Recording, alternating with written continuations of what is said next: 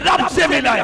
हैरत है, वाबी भी कहे शैतान जिंदा, सुन्नी भी कहे शैतान जिंदा, शिया भी कहे शैतान जिंदा।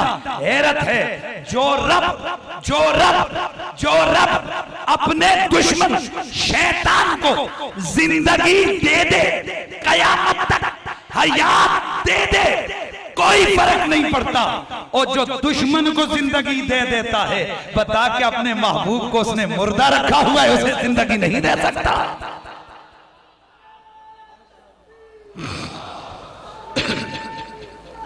याद रखिए हज़रात, हयातुन नबी का अकीदा ये मुकद्दमा है अकीदा खत्म नबुव्वत का।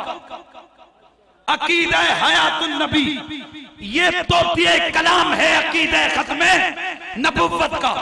और हयात मुहम्मदी का इनकार, हयात नबुव्वत का इनकार दरअसल अकीदे खत्म नबुव्वत के इनकार का आगाज है।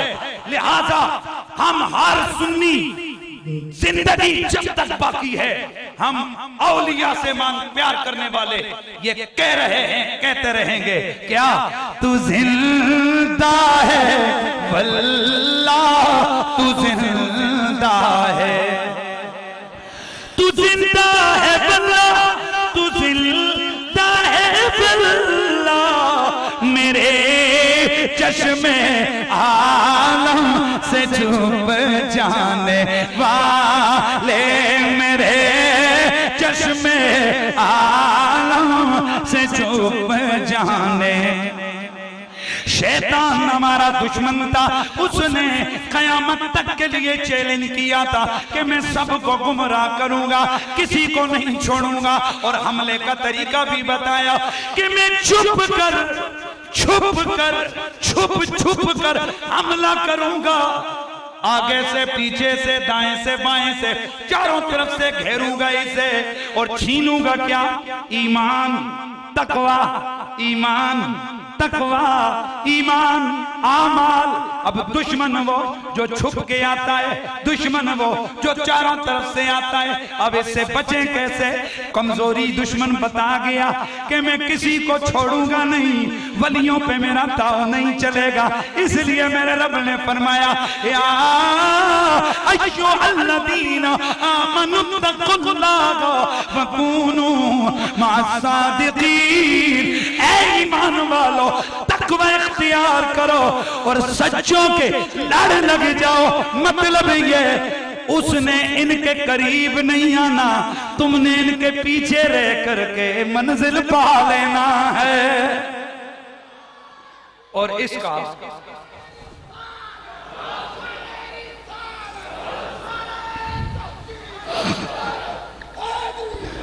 हज़रात गिरामी, इसका बेहतरीन अंदाज मैंने कुछ साल पहले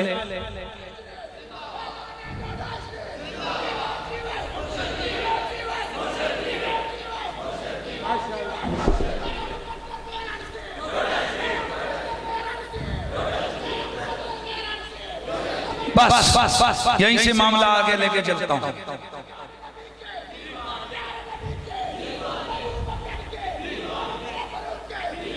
माशाअल्लाह, ये भी एक जज्बात है। और मेरा जुमला सुनिए, मेरा जुमला सुनिए, ये मोहब्बत के जज्बात वहीं पे आ सकते हैं जहां मुनाफकत ना हो। और पीरे कामिल का जैसे कि हज़रातुल कुद्स के अंदर मौजूद है, और इसके अलावा दीगर सूफिया किताबुल्लुमा और बाकी सूफिया किराम ने लिखा है कि मुर्शिदे कामिल का पहला काम ये होता है कि वो अपने मुरीद के दिल की पहरेदारी करता है। सुभान अल्लाह की आवाज। आज हम लोगों ने तो ड्रामा बनाया हुआ है ना, जो जनाब आगे पीछे ढक कहूला हुया जो भी नजर आए फलाना पीर और फलाना पीर। हमने तो आज कोई ये तमीज ही नहीं रखी हुई ना कि पीर होता कौन है, पीरे कामिल की शर्तें क्या हैं। और सुन लो, पीरे कामिल की पहली शर्त यह है कि पीरे कामिल कभी शरीयत का बागी नहीं होता है। और उसके बाद जो सबसे आम शर्त है, पीरे कामिल हमेशा अकीदे का सुथरा होता है। कोई गंदे अकीदे वाला कभी पीरे कामिल नहीं हो सकता। इसलिए मेरे दोस्तों, पीरे कामिल की पहली जिम्मेदारी ये कि वह अपने मुरीद के दिल की पहरेदारी करता है। मतलब ये कि उसके अकीदे की हिफाजत करता है। और सुन लो, ये अकीदे की जहां हिफाजत हो वहीं पे इश्क मोहम्मद के डेरे होते हैं। जहां अकीदे की हिफाजत हो वही मोहब्बत के पैरे होते हैं। और पक्की बात है, नबी के नाम पर जान वही देता है जिसका पीर कामिल होता है।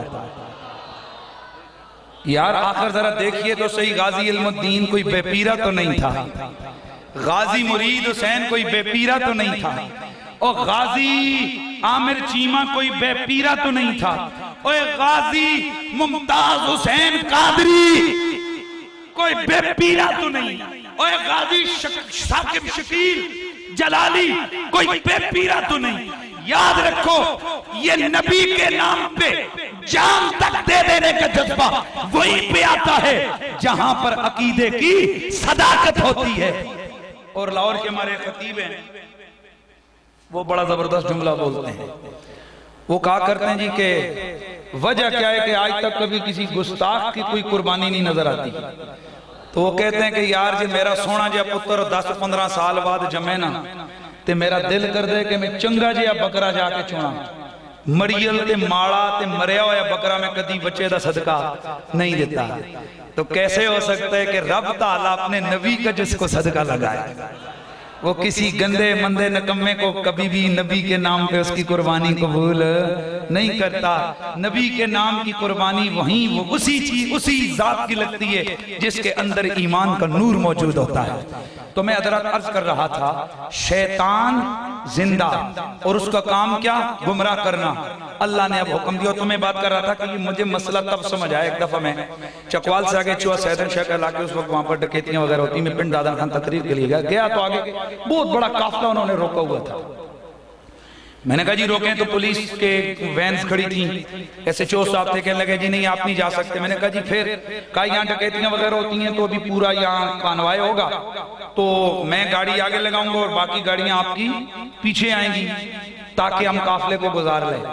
अब उसने जैसे ही काफिला चलाया जनाब, ऊटर चलाया गाड़ी का, पूरा काफिला बड़े आराम और सुकून से पिंड दादन खान के नीचे पहुंच गया शहर में। तो मुझे वहां से एक मामला समझ आया।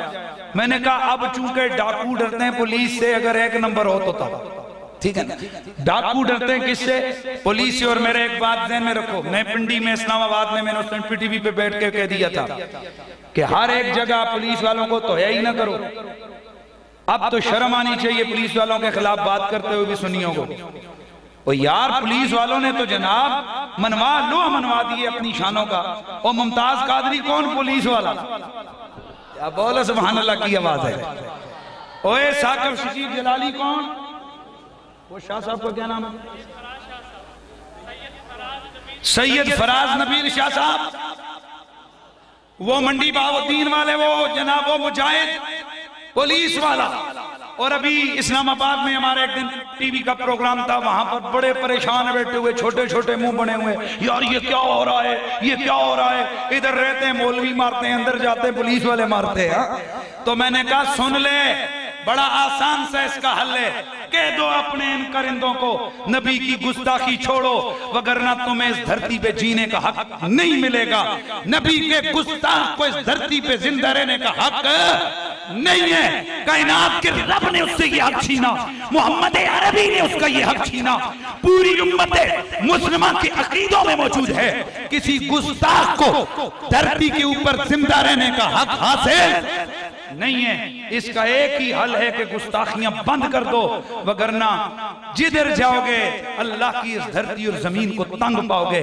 तो मैं अर्ज कर रहा था कि पुलिस वाले, उनको देखकर डाकू ने देखा कि यार वो पुलिस वालों की गड्डियां आ रही हैं, नस जाओ। तो पुलिस वालों के ऊटर को देख के डाकू साइड पे हो गए, साथ वाला काफिला आराम से गुजर गया। अब रब कहता है ईमान वालों, ये जो तुम्हारा दुश्मन है इसने अपनी कमजोरी पहले बताई है कि मैं जो अल्लाह वाले हैं उनके करीब नहीं लगूंगा। तुम ऐसे करो, तुम उनके साथ लग जाओ, तुम्हारा बेड़ा तुम्हारा कारवां पार हो जाएगा। इसीलिए तो हम कहते हैं अल्लाह अल्लाह किए जाने से अल्लाह ना मिले, सिर्फ अल्लाह अल्लाह किए जाने से अल्लाह न मिले। अल्लाह वाले जो अल्लाह से मिला देते हैं तो ईद की में पीने आशिकानों पे आ। अल्लाह वाले जो नजरों से पिला देते हैं, अल्लाह वाले जो नजरों से पिला दे। मेरे दोस्त याद रखना, अल्लाह वालों का मिशन ये होता है, वली कामिल का मिशन ये होता है कि वो नबी के कदमों में पहुंचाता है, मुरीद को नबी के दामन से वाबस्ता करता है, नबी की जात से उसका ताल्लुक और रिश्ता कायम करता है। और नबी का काम है कि वो अपने उस गुलाम को रब की बारगाह में पहुंचाता है। तो ये मैंने नहीं कहा, ये रब की तरफ से, अल्लाह के कुरान की तरफ से ये डिमांड आई है, ये अल्लाह की तरफ से मुतालबा हुआ है। ए ईमान, अच्छा एक बात, अगर हमने डायरेक्ट डायलिंग करनी थी तो बताइए क्या अल्लाह ताला को नहीं पता था कि डायरेक्ट डायलिंग करवाता और अल्लाह कहता किसी पीर, किसी वली, किसी नबी की कोई जरूरत नहीं। सूरह मायदा में अल्लाह ने क्यों कहा कि जब मेरी दरबार में आओ, मेरी बारगाह में आओ तो वब्तगू इलैहिल वसीला।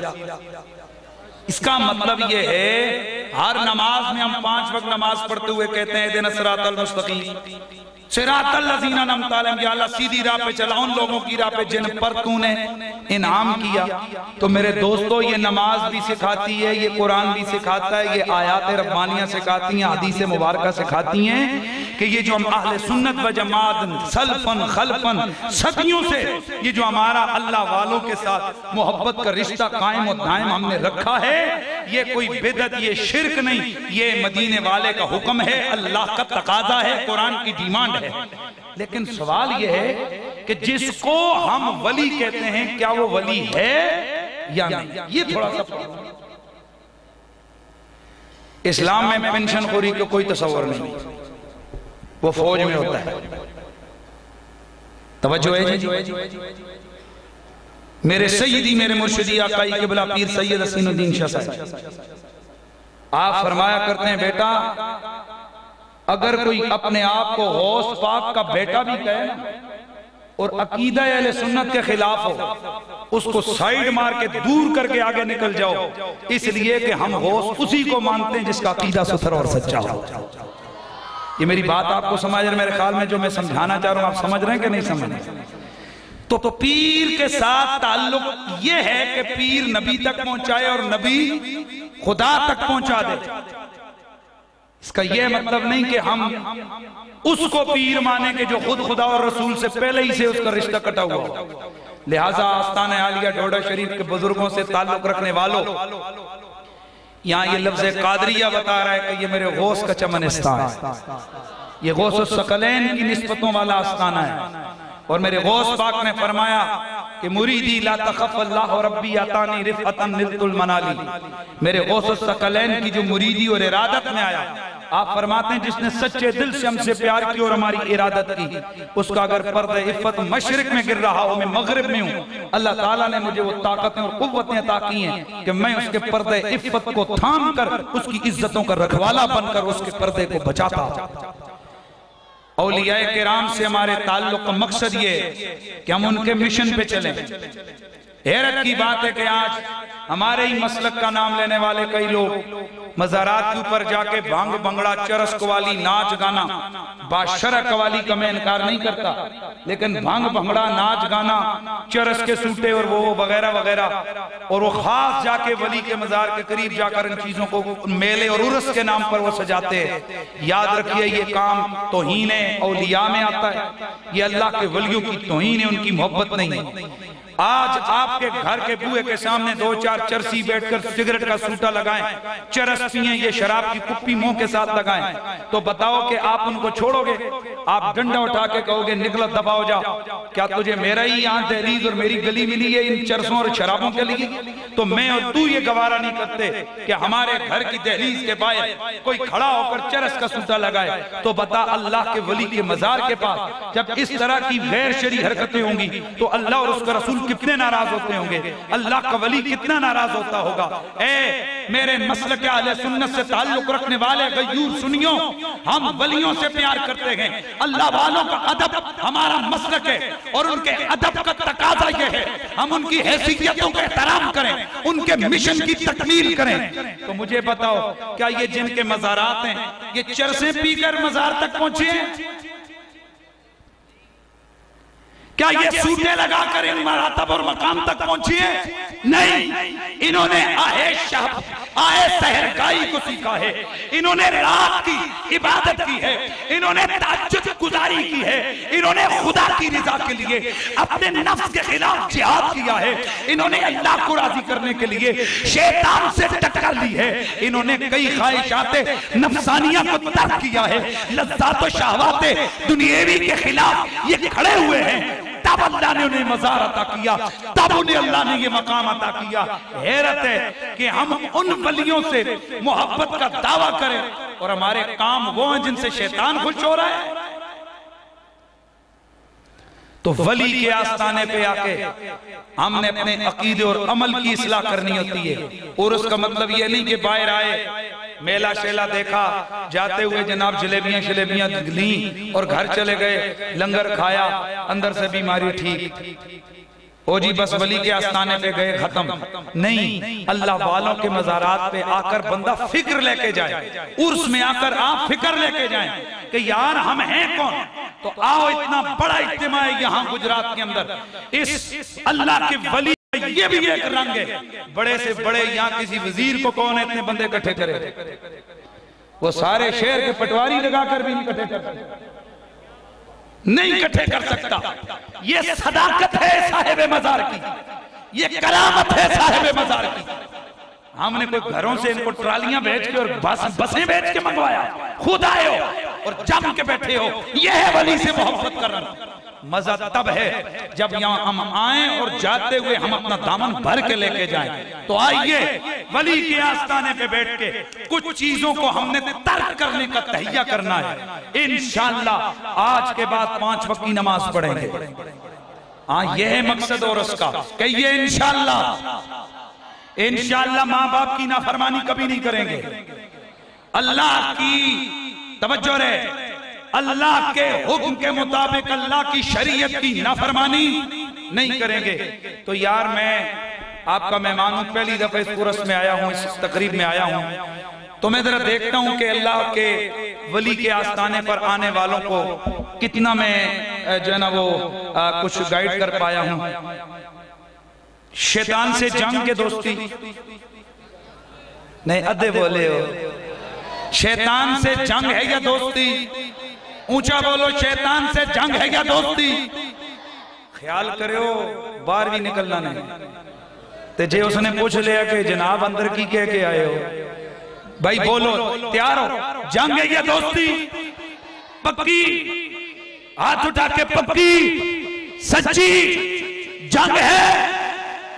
ये जेड़े बेचे जवान जवान बैठे वास्ते हो जी, साडी उम्र है जंग कोई नहीं। जंग है इंशाअल्लाह, ऐलान जंग है शैतान के खिलाफ।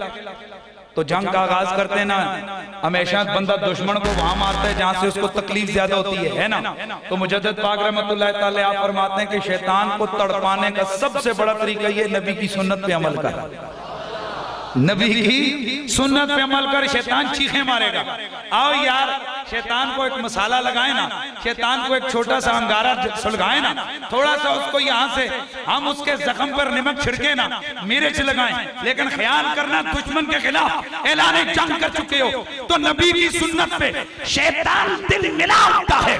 नबी की सुन्नत के अमल को जिंदा करने पे शैतान गुस्से से लाल पीला होता है। तो दाढ़ी मेरे नबी की सुन्नत है। ना ना ना, अधे बोले होने आया ना, दाढ़ी नबी की सुन्नत है। अब वो लोग जो कहते हो वली से प्यार करते हैं, अल्लाह के वली के आस्थाने पे आए हैं, शैतान के खिलाफ जंग के लिए असला उठा के बाहर निकलना है, हाथ उठा के कहो ना कौन कौन है जो कहता है नबी की मोहब्बत में आज के बाद इंशाल्लाह चेहरे पे दाढ़ी सजाएंगे इंशाल्लाह। ए जिन्हां दियां पहले हैं ओ ते हाथ चुक रहे हो ते बाकी जिन्हां सिर अंदर सुट्टे हुए ने, इंज नहीं, ये मजा नहीं है। ये जंग इसका मतलब है कि आपका झूठा ऐलान था। शैतान के खिलाफ जो जो जंग की बात कर रहा है कहे इंशाल्लाह दाढ़ी रखेंगे, हाथ उठा के बताएं। माशाल्लाह, चलो मैं जिन्ना चुआ पंजा ते नजर रखी सी बिचो 3 दिन ठीक हो गए ना, इधर भी 2-4 सन। अब जरा इधर देखे, हाथ उठाएं जी, कौन कौन थोड़े ते नजर सी, हाथ उत्ते करो बिस्मिल्लाह। माशाल्लाह, मौलवी साहब सिर्फ ये साहब उठे, इन्होंने मुझे गालबन 500 रुपया